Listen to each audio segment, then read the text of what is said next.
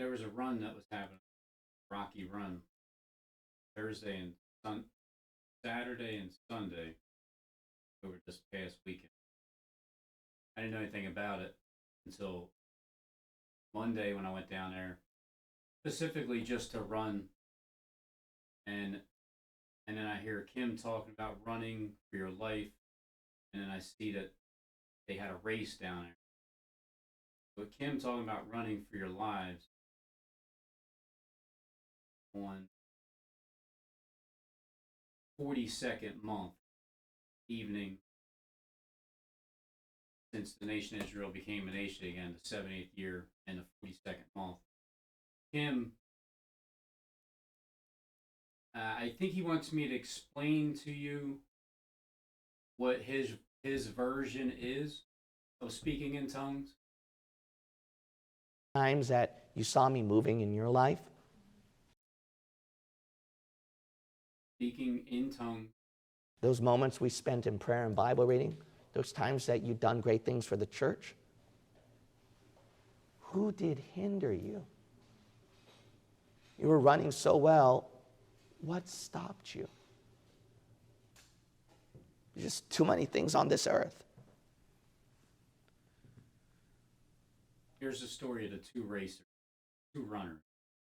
Why the one runner didn't finish the race because the prize just over time didn't seem desirable. It really wasn't worth it anymore. Is it really worth it all, you might say, for God to compliment me? To get that prize in heaven? Is it really worth it? Well, picture yourself as these two runners. That's what I would say to you. I'm going to give you just a simple illustration. That's it. Pretty simple. Picture yourself with this. And I want you to pick the runner that most likely fits you when I give you this illustration. All right? Pick the runner that likely fits you. There's two runners running a race, two of them. Pick which one that most likely fits you. There was one runner who could not finish the race, didn't think the whole race was worth it. It's not worth it coming to church today, reading the Bible, praying, overcoming that sin, and then going through hardship. Not worth it. The first runner thought that way, and then he had a lot of trials happening, and then too many worldly pleasures and opportunities. There were sins that he committed that was hard to overcome. And he said, the prize don't seem that valuable to me. That's what soon happened. And then pretty soon the prize got smaller and smaller, and he didn't finish the race. That's one person that is in the race. Whether you are looking for a prize initially, like to be worshipped, and then over time it just doesn't seem like who even cares anymore. If you're speaking from someone that can do anything they want in this planet, it doesn't. What's the point? Who cares? Yeah, great. Hey, you're gonna worship me as if speaking for him as if he's God. Now, the God, like the spirit that a bunch of people try to claim to be, or even blame others to be so they can kill him. But nobody is, and it's a spirit in heaven. The one runner, decided not to finish the race, and then that ties into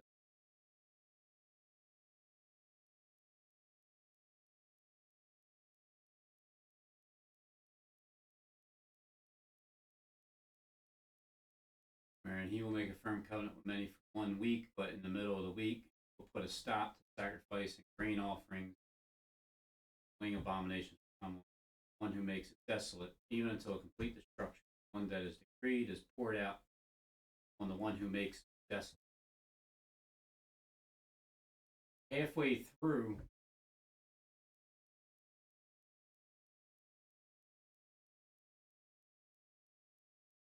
it ain't worth it.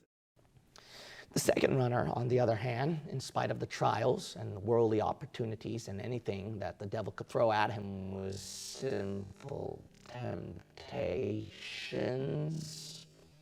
Simple.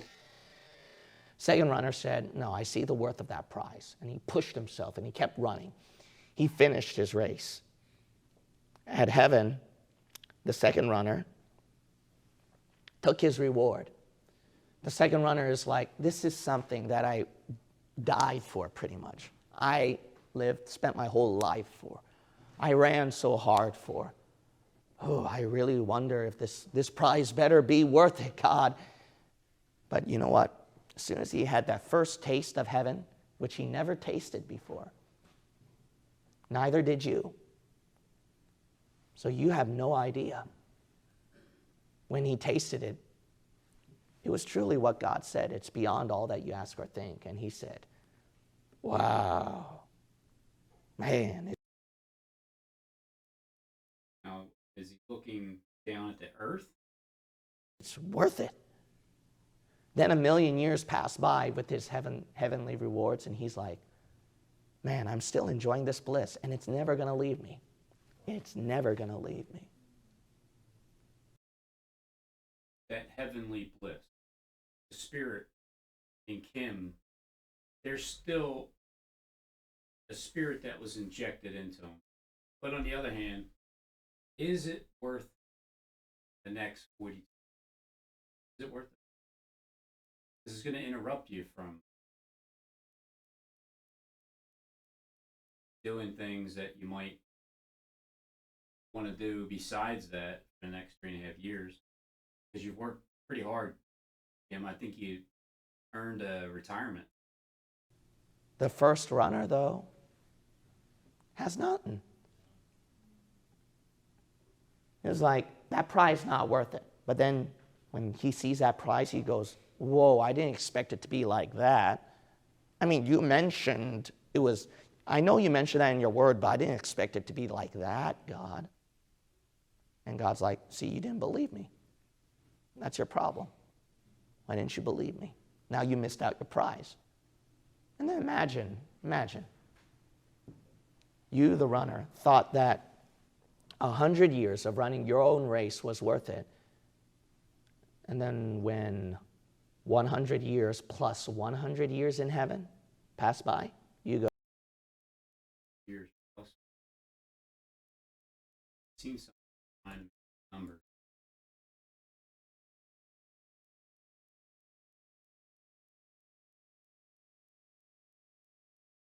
Plus one. Doesn't that kind of look like the mask when you're spraying a vehicle, the side things? This Eve,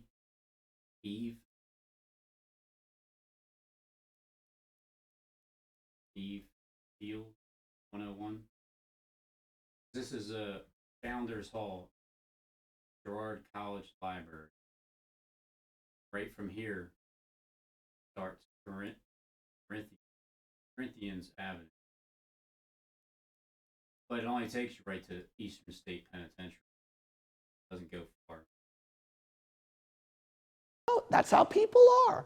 People are like that. And you have to understand what people are, how they think, and you have to be appropriate as a Bible-believing Christian. Why do I dress like this?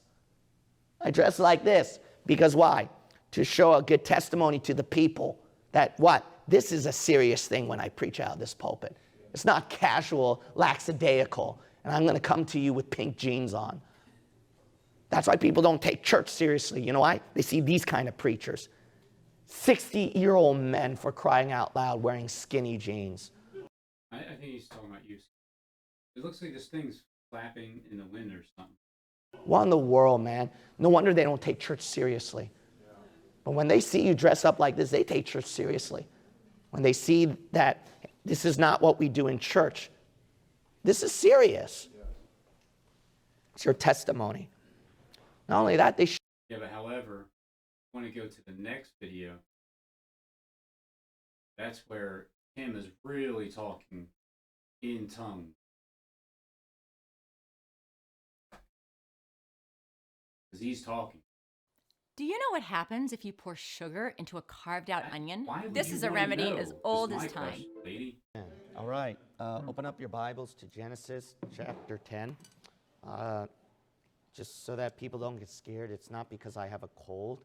It's because my body is extremely exhausted. So because of that, my voice is a lower voice. That's why you should just take that break. Get on your way. Back to your place.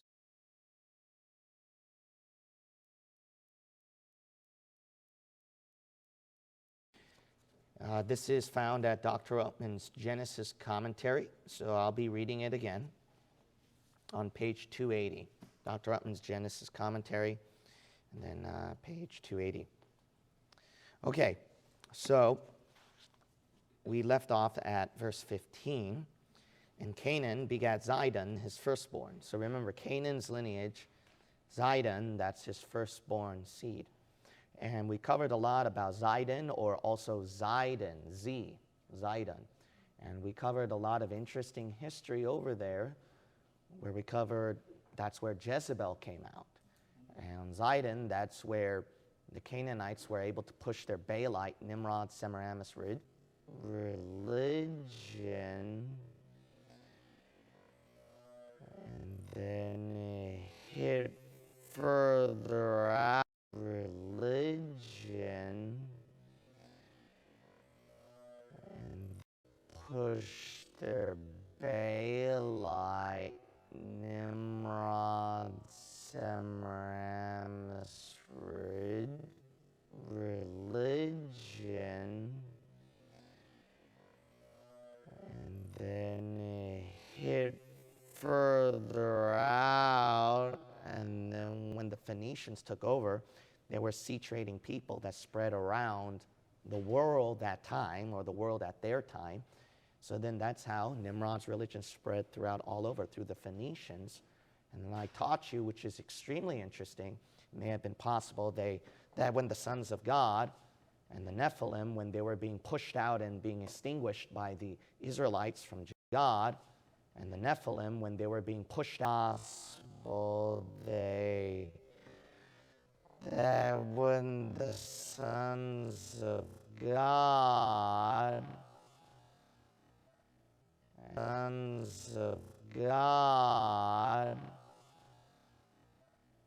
it may have been possible that when the sons of God and the Nephilim, when they were being pushed out and being extinguished by the Israelites from Joshua,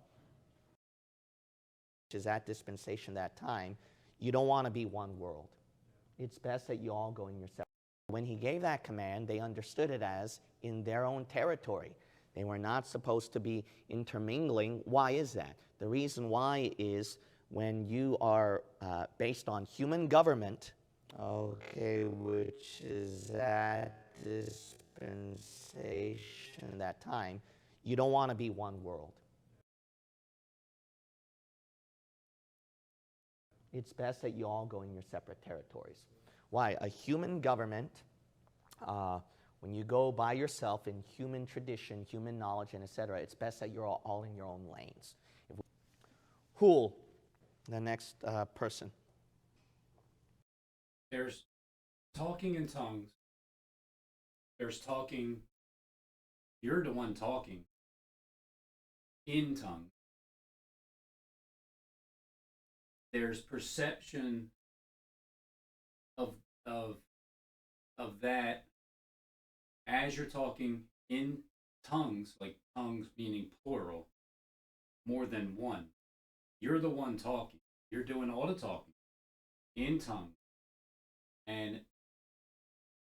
But that's the perception is that's what's taking place, because somewhere, I didn't do any timestamps. I just watched the last two videos straight through. And I seen what the perception is as to what's going on with Kim's version of speaking in tongues and dressing appropriately in the sight of God, so he can see that you're dressed appropriately, in the sight of God. So if you're if God is seeing you through a recorder, then this is all He sees, and that would be the perception that He was talking about, where you put on a suit and tie, and I mean that's all you need, really, suit and tie. And then he was also saying that there's some people that haven't bowed their knee to bail yet, and bail yet, and then you see these stairs going down, Edomites. There's a lot of movement going on inside of the church. I guess people can't sit still, but they seem to be going in a downward direction. And then, as Kim talks in tongues, Uz and Hul. Hul, Hebrew means circle. So his name means circle.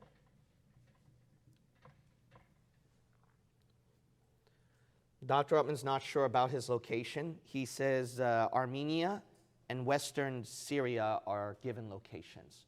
Armenia and Western Syria. These were the sons of Joktan, and their dwelling was from Mesha. All right, so they were in the territory of Mesha. All right, I'll cover those names a little bit later on, but then the more important part is this point at verse 30. They were at Mesha, as thou goest unto Sephar, a mount of the east. So there's Peleg and Joktan. Peleg is self-explanatory, being on your leg, and then Joktan is more of what Kim is talking about in tongues. One reason is because of verse 30. Joktan, he was pushing toward east. That's why. So then opposite from Peleg, remember they're supposed to be divided. If Peleg, which is a Jew, stayed in that area, and then Joktan was going east, why, that's pretty obvious then. See? It's going toward the Orient area. So obviously, that would come from Shem. That would not come from Japheth because of the scripture. So their dwelling was from Mesha, and as they went to Sephar. Dr. Upton says at page 287, Mesha supposedly is the support of Mazzah at the mouth of the Tigris River, with Mount Sephar supposedly is the support of Mazzah at the mouth of the Tigris River, with Mount Sephar being a reference to Zafar, or Dafari on the coast of the Hadramut. This would locate the migrations into what is now modern Iran. So during that territory where a lot of the Arabic culture came from. Another reason why I would argue that the Asians or the Orient came from Joktan is because even scientifically, if you look at the migration, even be 10 giant Nephilim, 10 number 10 foot. Migrations of genetics, and you can even do a simple Google search, and there are a lot of professional societies, scientific communities who research the traces of our ancestry. In other words, someone could pee 10 feet away, or they can pee on their leg. So speaking in tongues, but interpreting perception. You can speak in tongues, but you still have to interpret what the other person is trying to get you to perceive, as he's the one talking in tongue.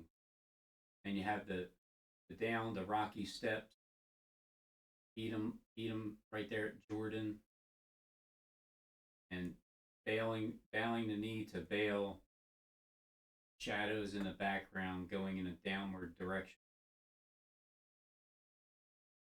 making yourself look approved by God to dress serious with at least a suit and a tie. I don't even see the podium.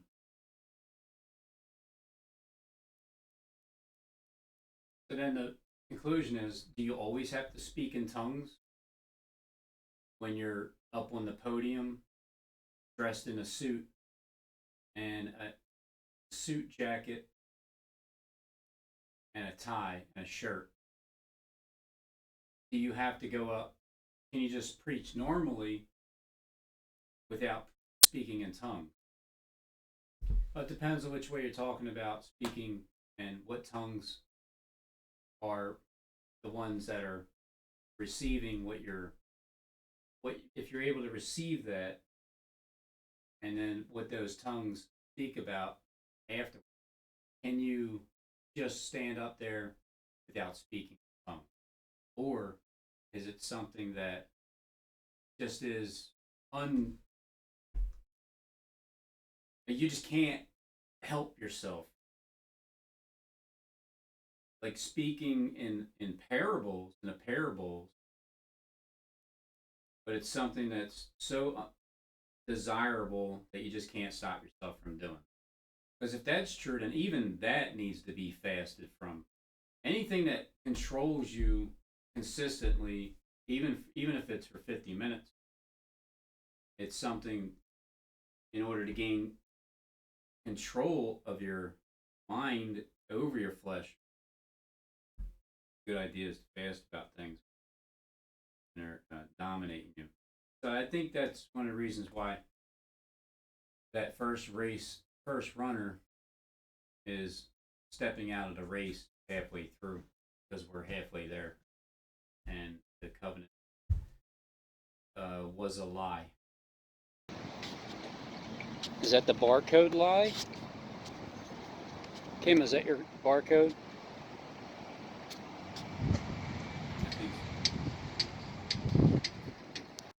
I think so.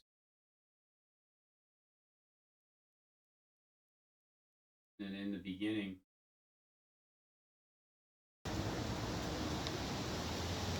Male, female.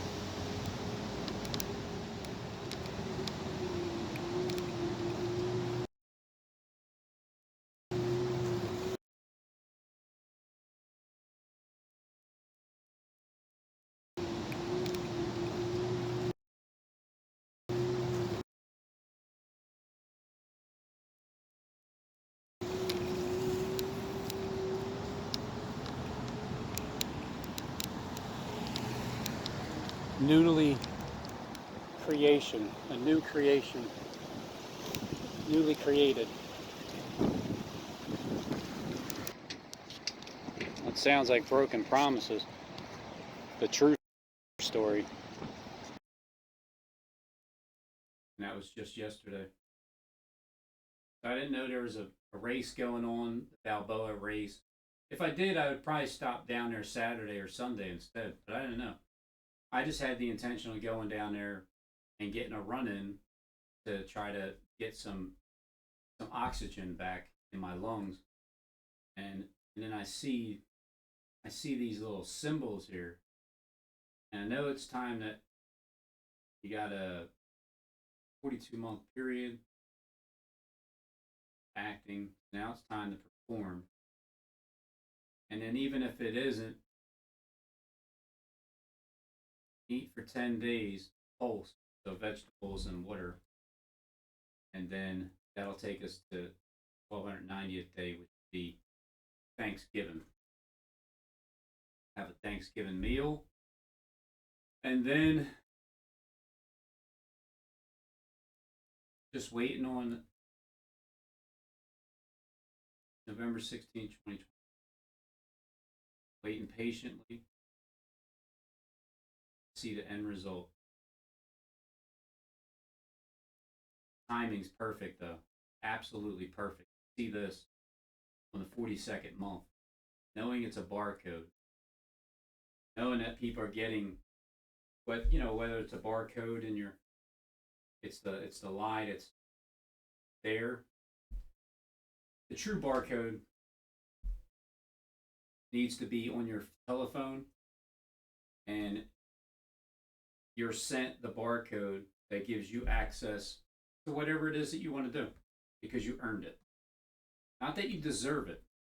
but you earned it. Earned it. Deserving is like, I deserve to be treated. No, no, no. You earned to be treated that way. You earned it. You don't deserve it. You earned it because you put work into it.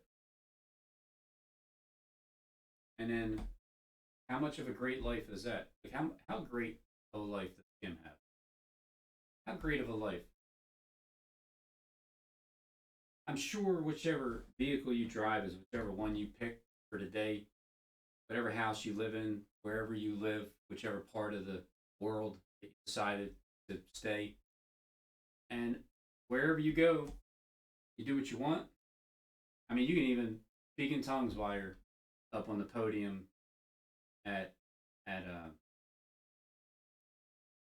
like Hugh Kreisner's.